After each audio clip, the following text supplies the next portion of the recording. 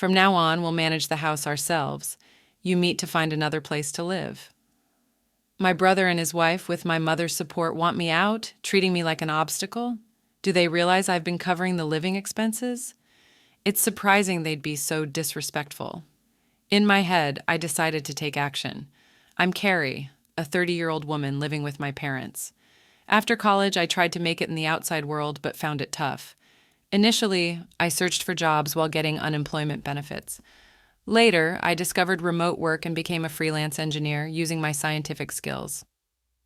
Starting with small projects, I earned a modest income but gained valuable experience.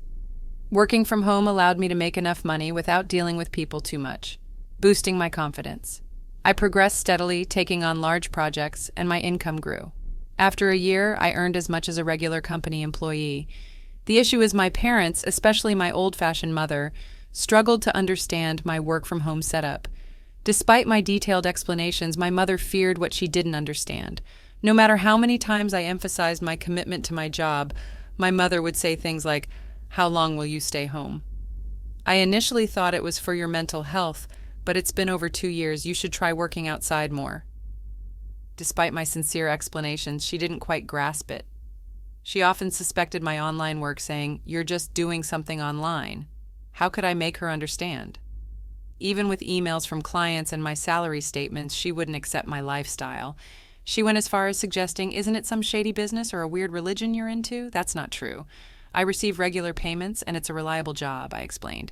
But she wouldn't budge, worrying endlessly about the possibility of it being unemployment benefits. I had thought about living on my own, but I hadn't saved enough money yet. Around that time, my father needed nursing care due to deteriorating health. He retired early, facing a sudden loss of income. When I expressed concern, he reassured me, "Oh, Carrie, I've got my pension. I'll make it work." Considering my mother's spending habits, I asked, "Are you sure you can handle it?" Regardless, we had to manage with our savings. My father looked tired, perhaps feeling anxious about the future. He supported me financially through college and even when I returned home due to mental health issues.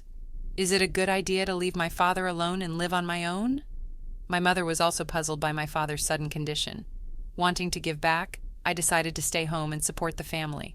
"Don't worry, Dad. I'll take care of things from now on." "Oh, really?" my surprised father questioned. "But I can't imagine you have that much income." "Don't worry, Dad. My current income is stable." To reassure him, I showed him my bank account information.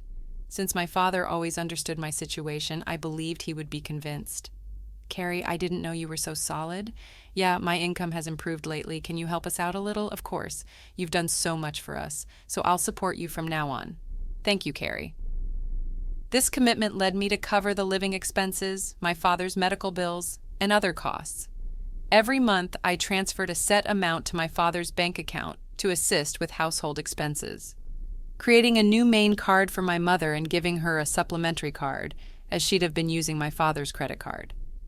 Both my father and I saved money whenever possible, urging my mother to do the same. However, my mother, still suspicious about my support, suggested kicking me out of the house. My father, recognizing my financial contribution, convinced her it would be harder without me. Reluctantly, she agreed to let me live with them. I continued working while helping at home, but my mother took my assistance for granted and became strict. "Can't you finish your chores faster?" "Sorry, it's not easy. I'm working at the same time. You keep saying that, but is it really that difficult?" When Mother didn't understand and our relationship became increasingly strained, my father understood my efforts, and we lived this way for a year. However, after a year, he fell ill and had to be hospitalized. "Hey, Dad, how are you today?" "Thank you, Carrie. It doesn't seem to be improving, but I hope it's less of a burden for you." "Don't think that way. Taking care of you wasn't a burden." After my father's hospitalization, my relationship with my mother worsened.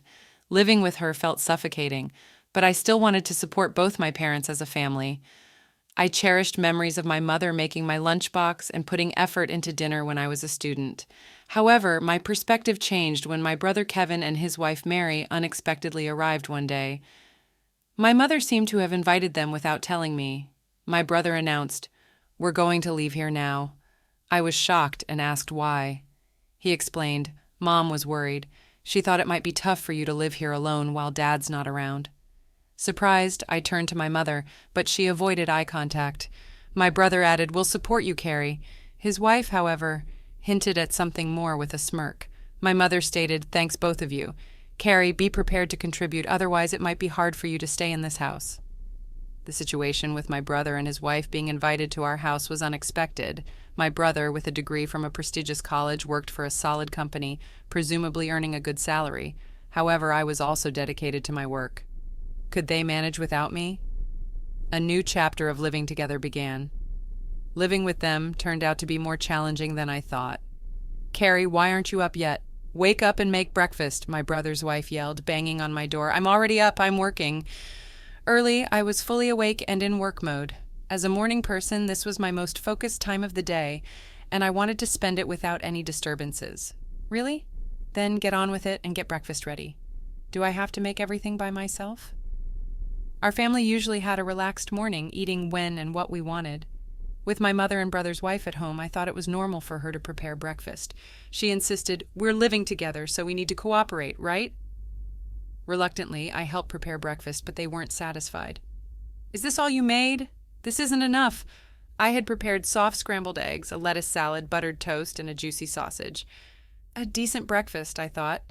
Did I miss something? If you don't want it, you don't have to eat it. They looked surprised at this response. "What's with that attitude? Who do you think you are? This is unacceptable. You should help with the housework."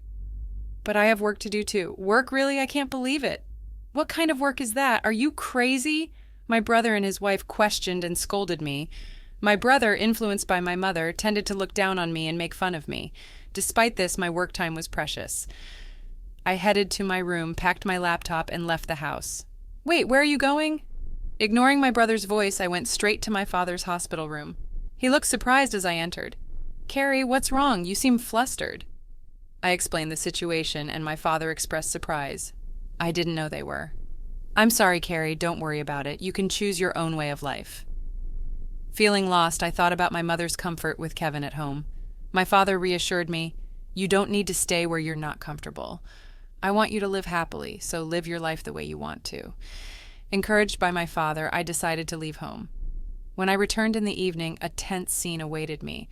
My mother, brother, and sister-in-law looked serious. "Where were you, brother? Weren't you at work? I had to take the day off because of you." "How could you take a day off for such a reason?" Internally, I was surprised at how easily my brother took time off work. Wasn't that too irresponsible? Gradually, my brother and his wife's voices grew more heated. "Get out of here," he declared. "Why?" I asked. "Carrie, from now on, the three of us will live together. If you don't want to stay, please leave. We don't need your overbearing presence to support us. They attempted to kick me out of the house. Carrie, that's enough. You don't need to be here now that your father is gone." Strangely, my mother echoed my brother and his wife, treating me as a hindrance. Did she comprehend my financial contributions to the family, despite her monthly purchases of branded goods? What would she do when her allowance was reduced? I felt furious. No matter how many times I explained, my mother, brother, and sister-in-law ignored my story. It was getting unbearable, so I decided to employ a little trick. First, I transferred the money from the bank account linked to my mother's credit card to another account under my management.